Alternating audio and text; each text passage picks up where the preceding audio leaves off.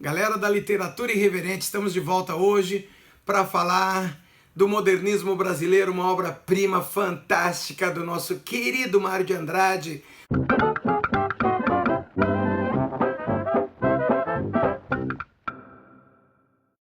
O Mário de Andrade, ele viajou por muitos lugares no Brasil, fazendo pesquisas antes de escrever a obra Macunaíma.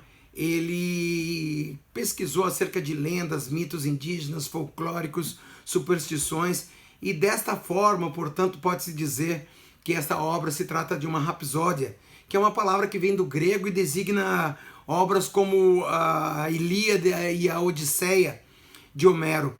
Para os gregos, os detentores da criação desse vocábulo, a rapsódia é uma obra literária que condensa todas as tradições orais e folclóricas de um povo.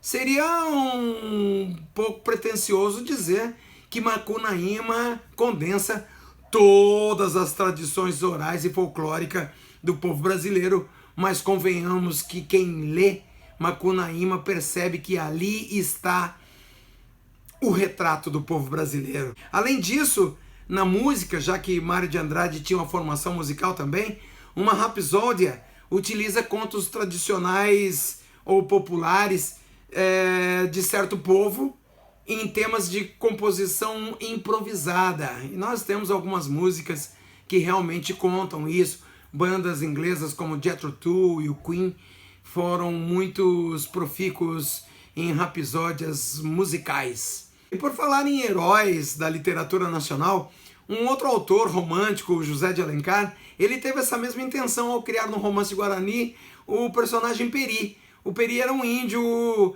de aspirações nobres, de quem nós vamos falar daqui a pouco, porque ele é totalmente antagônico à descrição heróica do que seria Macunaíma. A referência ao folclore brasileiro e à linguagem oral é a manifestação típica da primeira fase modernista, quando os escritores estavam preocupados em descobrir a identidade do país e do brasileiro, certo?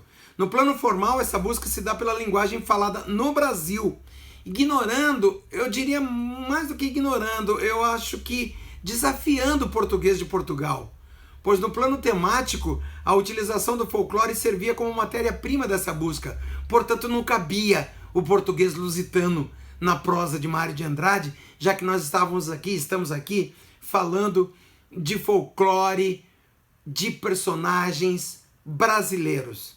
O personagem de Mário de Andrade, o Macunaíma, ele representa a figura do malandro boa-vida que está cercado de regalias e que usa da sagacidade para se dar sempre bem nos seus intentos.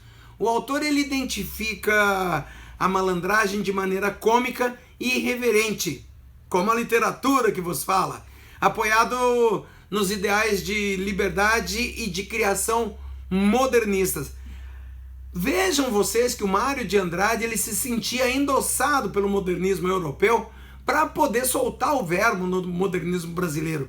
E isso foi preponderante na criação dessa obra. E daí então o bordão, ai que preguiça, né? O personagem Macunaíma ele é composto de tudo que vai ao encontro dos ideais e dos moldes românticos da época, né? Por exemplo. Eu vou abrir um parênteses aqui para dizer que existem muitos personagens no livro Macunaíma, e um mais interessante que o outro. Folclóricos, canastrões, ladrões, prostitutas, marinheiros, vagabundos, malandros, cidadãos urbanos, políticos, enfim, tudo. Então, para caracterizar um pouco o povo brasileiro, eu gostaria de falar de três personagens, que é o Macunaíma, o Giguei e o Manape.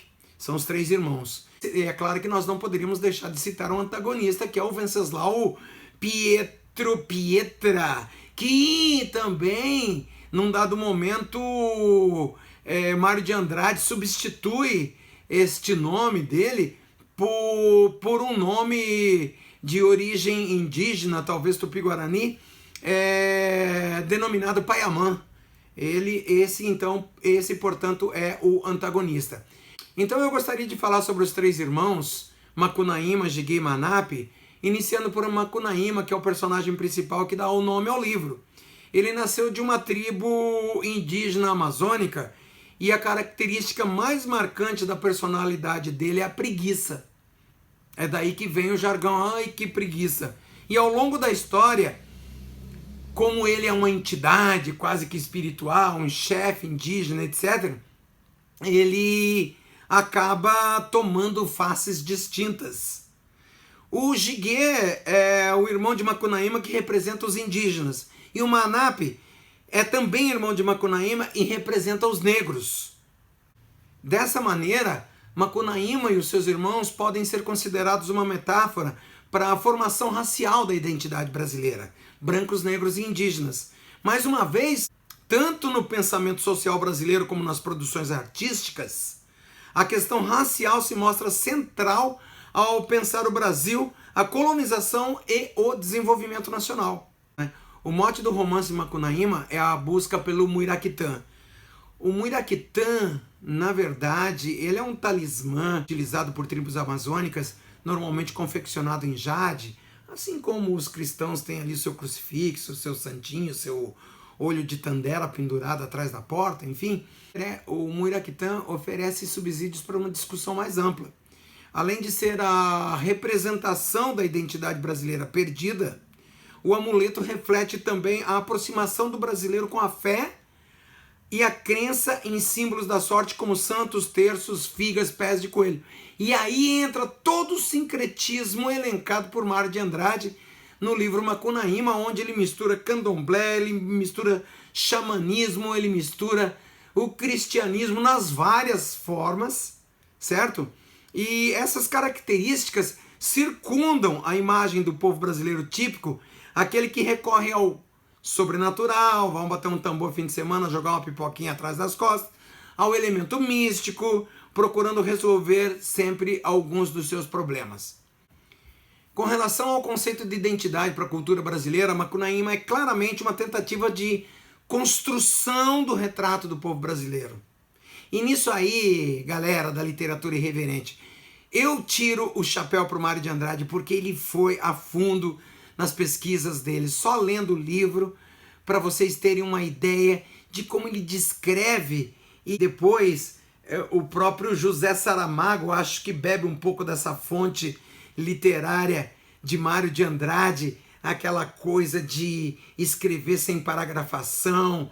O Mário de Andrade tinha muito dessa coisa de escrever, objetificar muitas coisas sem o uso de vírgula. Ele também tinha muitos não exatamente neologismos, mas ele costumava trocar letras de algumas palavras num sentido jocoso e irônico para o português, dizendo assim: bom, estou no modernismo e este será o português do Brasil. Com relação ainda ao conceito de identidade, voltamos ali ao nosso querido José de Alencar, que teve aquela ideia de criar no romance O Guarani a personagem do índio Peri. Só que o personagem Peri, ele era um índio nobre, um índio portentoso de 1,85 m, com um porte físico hercúleo, e com a ética de um cavaleiro medieval lusitano. Galera, não tinha nada a ver com o índio brasileiro. Nós todos sabemos que a estatura média do índio brasileiro é 1,65 m. O índio brasileiro é mais atarracado. Tudo bem, você pode ter lá algum índio até com 1,90 m. Mas, na verdade, o índio brasileiro não tinha aquele porte idealizado e romantizado por José de Alencar, né? Então, não seria nenhum exagero dizer que o Peri e o Macunaíma são totalmente opostos um do outro. Porque enquanto o Peri era um valente, extremamente perseverante, que encontrava todas as motivações nos valores da ética e da moral, o Macunaíma, além de indolente, ai que preguiça, ele conduz a maioria dos atos dele simplesmente movido pelo prazer mundano. Ele queria era brincar com as índias e com quem mais aparecesse na frente dele. E, portanto, ele é o nosso herói sem nenhum caráter. Mais uma vez, vamos tirar o chapéu para Mário de Andrade, porque ele conseguiu botar o povo brasileiro no papel. Galera, eu espero que vocês estejam curtindo esse vídeo, se inscrevam no canal, deixe o seu like, faça comentário, recomende para os amigos, ative a sinetinha para novas notificações. Eu gostaria de fazer uma observação com relação ao tempo e espaço da obra aqui, porque é interessante que em Macunaíma uma hora ele está na Amazônia, outra hora ele está nos Andes, outra hora ele está no Paraná, em São Paulo, no Rio Grande do Sul, aliás não me lembro se no Rio Grande do Sul, mas acho que sim, nos Pampas, Minas Gerais, Natal, no litoral, enfim, ele se teletransporta para vários lugares.